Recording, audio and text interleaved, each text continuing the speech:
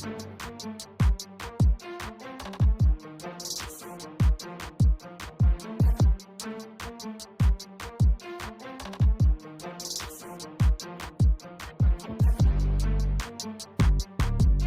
welcome to another exciting episode of the Andre the Beast Creighton Show. Another exciting show and definitely another exciting guest. Let me tell you where we're about to go today.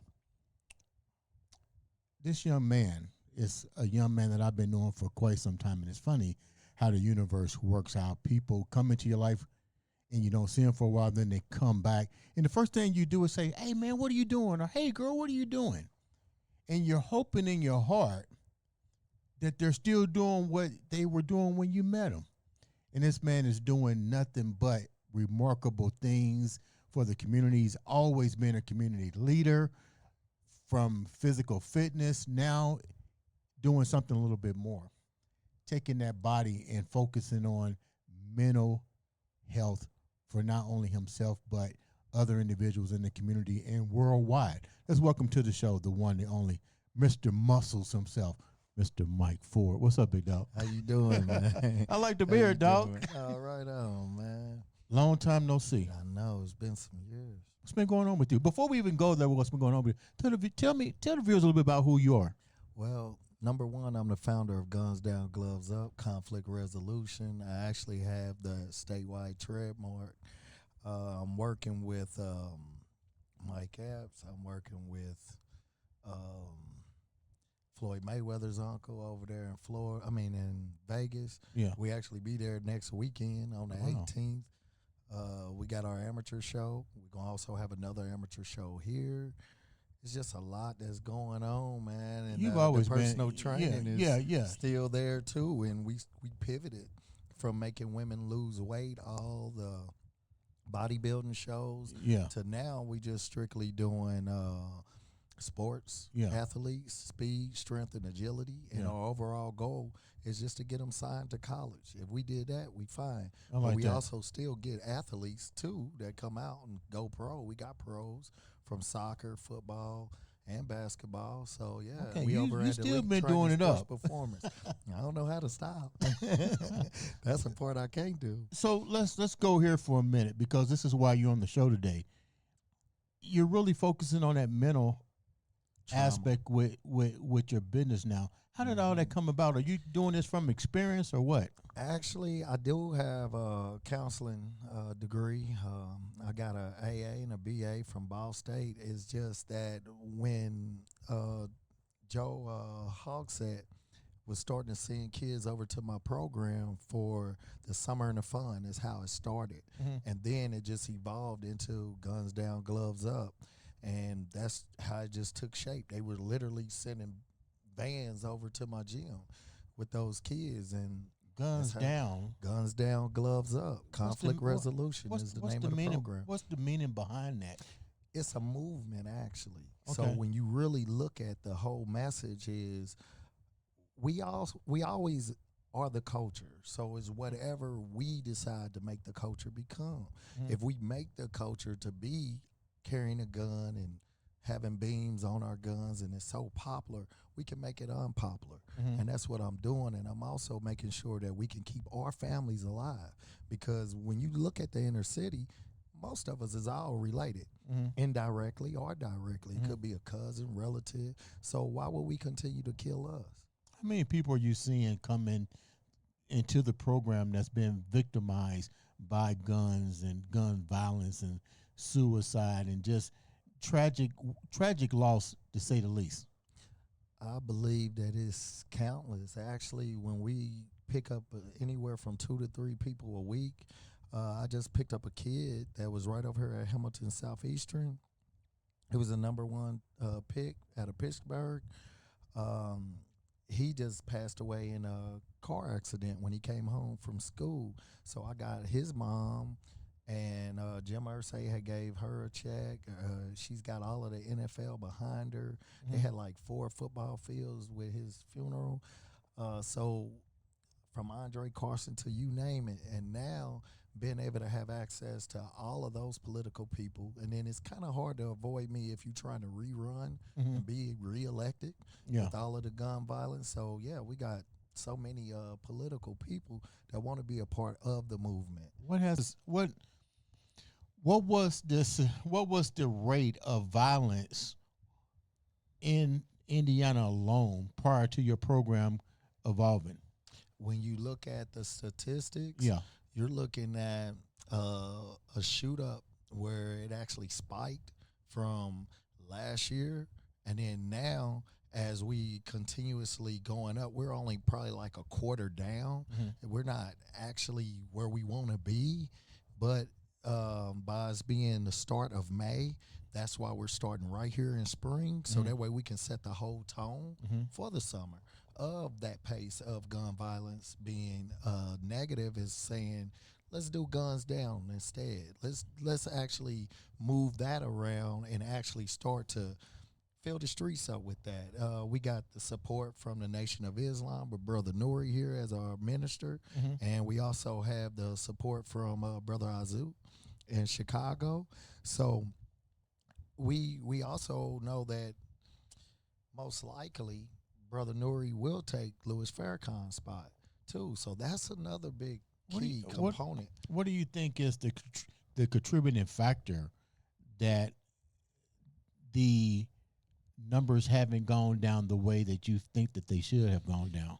I think it's more of the grassroots involvement, and that's where me and Curtis over there at Channel 8, because DeJuan McCoy, the one that actually owns Channel 8, DeJuan's a good Channel guy. 4, so he's just now starting to put me onto their panel, and they're always really excited about having guys like me who are actually in the grassroots, where you got some guys that probably haven't been in the projects in I don't know how long, where I'm over there all the time. I mean, you boots on the ground for real. Yeah, I'm a legend when you come to the neighborhood. Yeah, and it's good. You mentioned some key figures in the state. You mentioned one who took over Channel 8 and really taking broadcasting to a whole different level. You mentioned entertainers like Mike Epps, Floyd Mayweather. These are some pretty powerful names. Andre Carson. You mentioned some pretty powerful names my here. Big brother Andre. He always called me little brother, but that's just over time of being in events and being places, and they seeing that you're really out here helping kids that, like right now, we got athletes, but the kids that I mix in with those athletes, their mothers don't even have a car. So I'll go pick the kids up myself. So our new sponsor is helping us with it. How can I put this where this makes sense? How many of these individuals are fatherless? That is either the father is incarcerated, he's not in the picture at all. And I mean, I just pick them up, man. It's a lot of the people. I think I was just showing a lady the other day when I had took a big old, it was like an AR-15 type of assault rifle out of a kid's backpack. And that's what really kind of started my program, because how did he get an AR-14 assault rifle? And you want to know, this is the key. Right now, it's so accessible because of websites. All they got to do is get, it could be a local guy in the neighborhood who's selling that's over 18. That's all they need. If they got an ID and they can submit that in the app, the gun. And then cash out the money, they got the gun, and it's actually going to be delivered to their door. I didn't even think about that. So I got some others. I got some others just trying to sue those programs because they like, Mike, I done came to my front door and I got a big old rifle on my porch. And rifles are a lot easier than the handguns. You know, I didn't even think how accessible that is. That's our main focus, actually. It needs to be a bill passed. Right, because that right there is the reason why they're in these kids' hands. And you notice none of those guns is old and rusted. These is brand new guns. I never thought about it. Let's go here for a minute. You share something with me off camera that the program started in one direction, now is pivoted into another area that's really dealing with, you know, not only just suicide, but mothers are now coming to you with other loss. With, instead of just guns, it's all kind of incidents that are happening. How were you able to handle that? Like, how are you pivoting all of these The support troubles. of counselors. Yeah. Yeah, so that way I don't have to carry all of that grief. And then that way it allows me to stay in the boxing component where we can actually pour that out onto a punching bag and allow a lot of that to pour onto their tears and everything into the punching bag itself and hitting the hand pads. And then I also put different skills as far as building puzzles. Sometimes they get mad at me because I'll up it to about like 300 pieces on that puzzle. But it allows some of the mothers that have been actually depressed in the house, and then their husbands will call me and say, Mike, just get her out the house for me, man. And that's when I'll just put them on puzzles, different stuff, and then put them on the board. And then as they get to helping the other mothers, it helps them help themselves.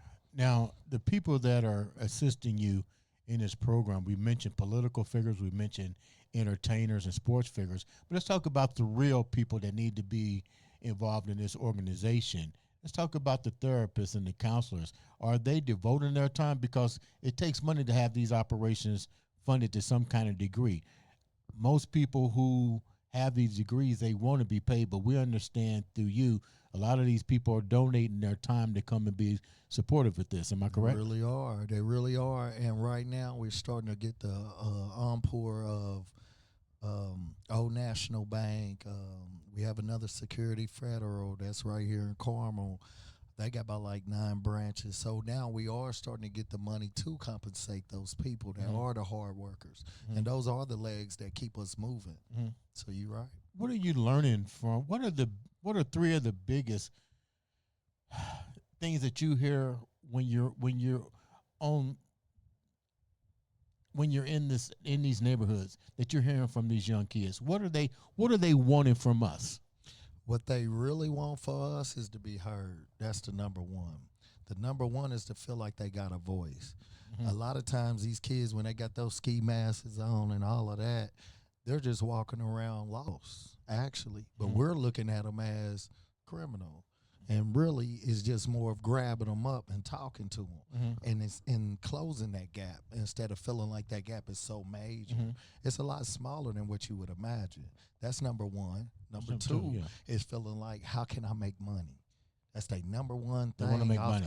Outside of being heard, to know that they can talk to you in a peaceful way. And the number 3 is, can you help me keep it? Yeah. Once I make the money. And those is the 1, 2, 3s every time I talk to an 18-year-old. Let's talk about this too. You're talking about an 18-year-old. A lot of people don't understand the consequences that happens when you get 18. You're going to jail. It's big boy pants. Yeah, now. juvenile's over. Juvenile's over. You know, now you really have to have, now your mindset really changes. You either become more criminal minded or you become a victim of recidivism. Now let's go here with this question with your program. Have you thought about implementing law enforcement in the legal system to the program to help the young kids know that there are consequences? I think if this is what my mom did with me when I was little, I used to be bad as hell. Fighting all the time. Don't tell nobody. Okay. And she and she was like, I'm taking you to the juvenile, the Scared Straight program. Yeah, I remember that. Yeah, I was scared straight. What about implementing something into that? Because I think when kids come at you with questions like this, we got to have answers. They look for us for those answers. What's your take on that? I think actually showing them the people that's there. And when we can actually show them the amount of time that those kids got, and you see how simplistic that they did. Look at some of the rappers right now, like Pooh Shiesty, with what he did with holding Gucci Man to at gunpoint to change his contract. Now he's in jail. Gucci Man's still out, and he's still gonna get his money from that contract. When you look at some of the simplistic ways of not being able to handle problems or your conflict in a resolution way, that's the reason why. And once you keep showing them that they're sitting there year after year, and then look, we're going to go visit them next year, they like, man, how can you stay in there for a whole year? Their brains really can't wrap around being in a cell Yeah. every day, And somebody telling you what to do. year after year, that Yeah. they don't move around. I'm like, no. So again, that thought process really does change a lot quicker than what you would imagine, because you're showing them somebody their age, not no old person, somebody their age. Let's talk about the fatherless children in the mother aspect. How many mothers are reaching out to you trying to raise a boy into a man? Oh man, that one is a lot. You 'Cause would I think also get a lot of girls too. Really? Yeah, I get a lot of girls because they be having whatever's going on with them. I got a mother that was on the bus. She was like, Mike, where you at? And where's your gym? I was like, hey, how you doing? She was like, I'm fine, but I just want to make sure that you're going to be there today on Tuesday from 6 to 7 because my daughter just got drugged down the street by some other little girl. She needs to know how to box, Mike. She needs to know how to protect herself. So I get it both ways. And a lot of the young guys, they really do, even though this generation is a lot more heartless and a lot more numb to just basic manners and morals and values. Yeah. But when they are around you and they see the authority that you got, as far as telling them get in line and you not nervous about talking to them or feeding them, and look, after once we get done, we're going to go stop at the gas station, get some slushies. They hold everything lights up. And then, shout outs to Damon, because he always gives us anywhere from 5 to 10,000 bags of chips and Gatorade as well. Really? Yeah, so I appreciate that from him. Sounds like, and my hat's off to you, because the first time I met you, I know you was a good guy, and it just goes to show that you still put other people first. That's one thing I noticed about you. You always put other people first. How has this changed now from going to putting adults first to actually dealing with children and young adults? They just say children, but young adults. Yeah, I think it's because I see me. My mother was a single parent mother. You know, she was on Section 8, so it just feels right at home. Yeah. When a lot of times people be feeling like you feel like you so far away. Yeah, I got a associate's degree. Yeah, I got an MBA. But I remember eating the blocks of cheese. I sure do know. I know exactly what that is like when mama's not at home. Yeah. So, and doing the same thing for the Moselle Sanders, too. Oh, yeah, shout out to them, too, because we take the kids over there, scoop the foods with them just to let them know how it feels to give to someone else. And then they be like, oh, Mike. As soon as we walked out of there, they gave us a big old box of long donuts. So they was like, so if we give to other people, then they give to us? So I was like, yeah, that's God. That's how it works. But letting them get to feel that rhythm and getting to ride with me, and they get to see that, hey, I don't do all that cussing. I'm not into all of that. So they get to see that it's a way of living that isn't being portrayed on TV. You mentioned about scholarships and getting these kids into college. How are you doing that? Through athletes. We doing it through athletics right now. Our real athletes right now. Yeah, that's our main focus right now, and giving them speed, strength, and agility. And then allowing the kids that would be in the projects or departments over out for Post Road or whatever, I just throw them in the truck and then let them work out with them. Because these kids is pulling up in Range Rovers and Cybertrucks. And then they're looking like, well, dang, their shoes is kind of rolled over, but I'm training them just the same way. Don't take no break here. Get some water. I do them the same way. So now they get to get friends. They get to get relationships, and they get to look around the room and use equipment that they would have never got to touch. How do you manage to wear, how can I put this? How do you wear so many hats? That one right there, I'm still asking Grandma about that one, because that's my heart right there outside my body is Grandmommy. But she told me, she said, Mike, if you're not doing something that's scaring you every day, but it still gives you so much joy, then you're not in the right place, and that's what keeps me going. Yeah, but you don't ever sleep. I'm working on that one. I'm working on it. I'm working on it. 2 hours here, 3 hours here, another nap here. But you know something, Mike, when your grandmother's right, but this is something that I noticed in my own personal experience. You don't really need sleep when you enjoy doing what you do. Yeah, because that's your fuel. Yeah. Your fuel is seeing that it's coming together, and like Yeah. right now, that divine timing where people look at you. When I first met you, I think I probably was I was like anywhere from 25 to 26 years old. And Don't tell my age. Yeah, but I at that time I was one of the biggest black-owned gyms on Yeah, Rockville yeah, Road Rockville in Road. the city. Yeah. The 106.7, they had classified me as that. And you told me, you said, Mike, if we get a gym rocking, you know what we got to get? I said, what? You said a pillow and a cover. That means we got to live in here. Yeah. but Yeah. you remember that. Yeah. I know it just clicked in. Yeah. But now it's funny when you ask me about sleep. You know, life is I was crazy. like 25 years old. You're still telling my age. It's funny because you go, man, I remember your daughter. Look, she's in college now. Yeah, she Yeah. was little. You have done so many things. Let me go here for a minute. You mentioned a very powerful name in the community, Mike Epps. Mm-hmm. What is his role been as far as inspiring you? And without really speaking for him, we see that he's doing a lot of things in the community, especially the West Side. I don't want to call it regentrification. I'm just calling it cleaning up the neighborhood. Hey, look, last time when Mike was at his grand opening, because he just opened up the Right Jab, which is literally 10 houses down from my grandmother's house, and his mother and my grandmother went to school together. So I called Mike the hero of Indianapolis. He said, Mike, I ain't no hero, man. I said, yeah, you are. I said, because what you did is you gave us that spark. Yeah. And now you done put the building there. So he put Layman Brewster in charge of his gym. So Layman Brewster is a cousin of mine because our first cousins are married.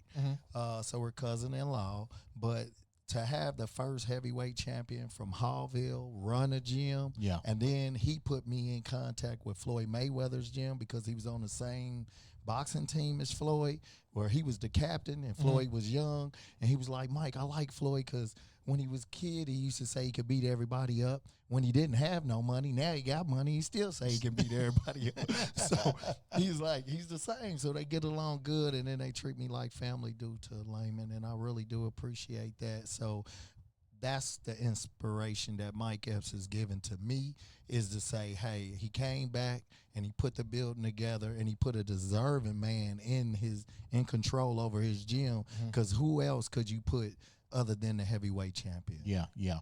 And it's I think this is my question to you. And my hat's off to Mike, because he was the spark that we needed. And I'm not saying we didn't have other sparks like Babyface and Vivica Fox and other. We have tons of people from here. He's somebody I think people can really relate to, and he's still giving to the community. I wish the other people from Indianapolis would do the same thing. You definitely going to be in that running. You don't like your name to be tooted real loud. Why is that? Because I want the purpose louder. Okay. That's you can say that again. You know. I just want the purpose louder. Okay. If the purpose and the message, and also I was talking to E40 sister Sugar T. She's also hosting the West Coast Hip Hop Awards in Seattle on August the 18th. So they want me to do a Guns Down, Gloves Up movement in Seattle after I do the one here. Wow. So that's the purpose. I want that to be so popular that guns is not even the thing that we do no more. It's more about keeping each other alive, allowing the next generation to actually still stay alive to have kids.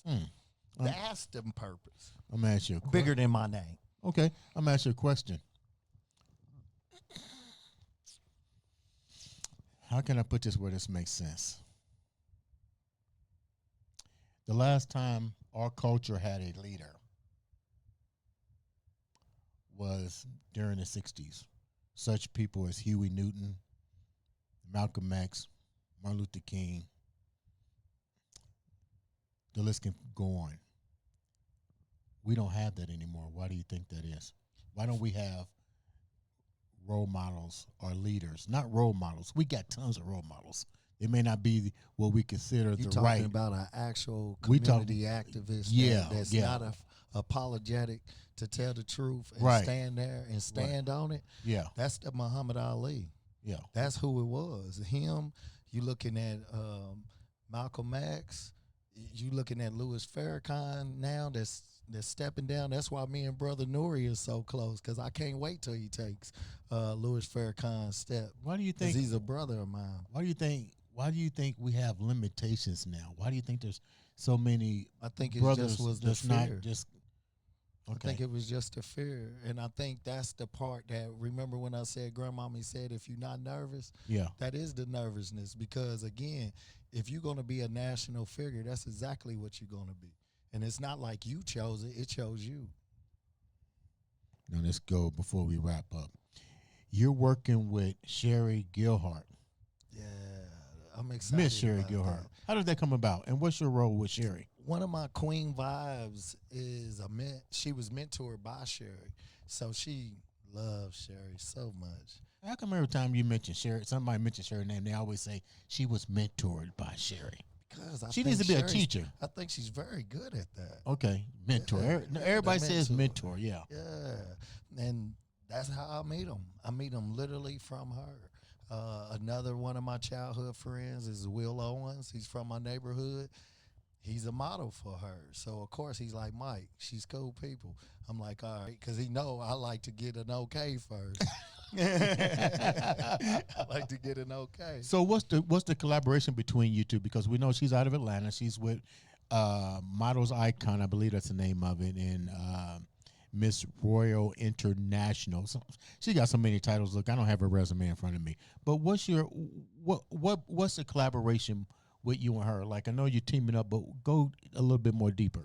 I think the more that she's pulling me into the modeling portion of it, and I feel like the speaker is going to be the outcome of the end of it. But I think I'm tiptoeing into the modeling portion, and I want her to allow me to do a beautiful walk.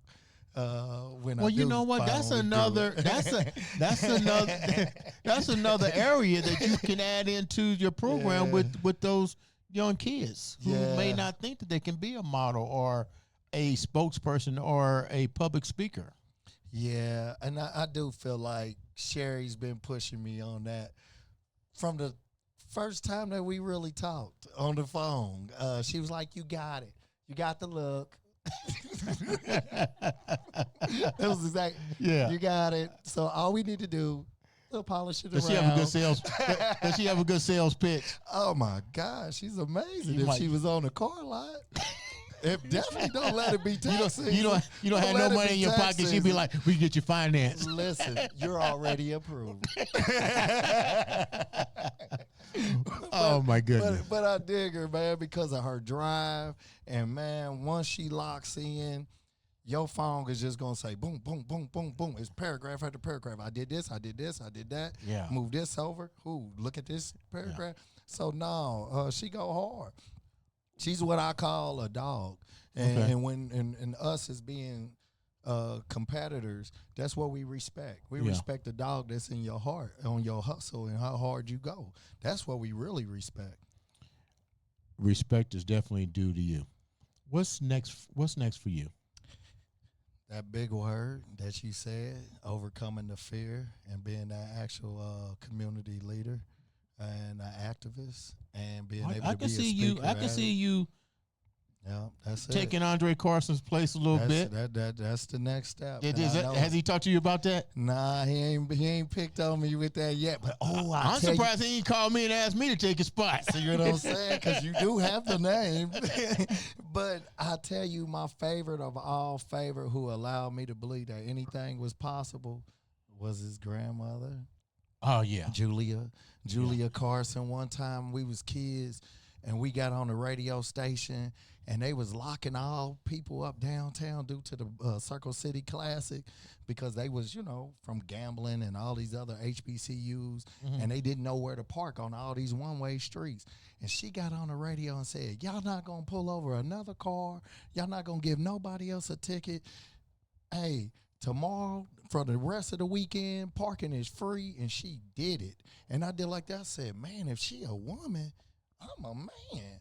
I know I can do it. So that to me, and I always tease Andre about that because his grandmother and my grandmother, when they used to do these back to school rallies on 110, she'd act like she's just a regular person. She'll sit on a milk crate with a big old sun hat and be talking crazy, telling everybody what to do. And I used to be like, who is this lady? Yeah. And then on TV the next day, she in a beautiful dress. Yeah. I was like, that's the same lady. Well, you know, I'm from Georgia, so when I came here and I heard of her, I was like, wow. You know, to me, that was a culture shock because I'd never seen a woman and she running that was running stuff and like she gonna that. go to the White House and do the same thing. She was cold. I was like, okay, I'm not leaving She it. was You know what? cold. I said, I'm not leaving Indianapolis. Boy. And I never left. So yeah, that's what I tease Andre. I'd be like, you know what? When you get bigger, you're gonna be like your grandma, because she's the epitome to me. I got to give Andre a comes to lot of praise. He's definitely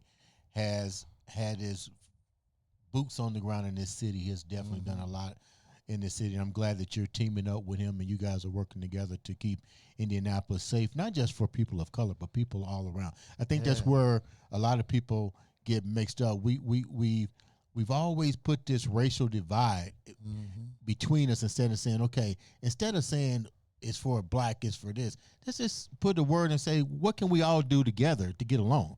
Because at the end of the day, when you dead, ain't nobody got a black stone or a white stone. It's whoever can pay for that plot. Right. It's called human. And that's one thing I like about Floyd's his uncle, Otis. When I talked to him the other 2 days ago, he was like, Mike, we got to get those privileged kids too. He said, because see, what they have is financial support. So their parents will constantly pay, but they don't have the moral support. They don't have that where you can lean your shoulder up against them and see when they want to cry and they want to keep going. Right. You give them that push. He said, so everybody's problems are different. Yeah. The point is, what are we going to do about it? Yeah. And that's what I love about I it. like the way you said that.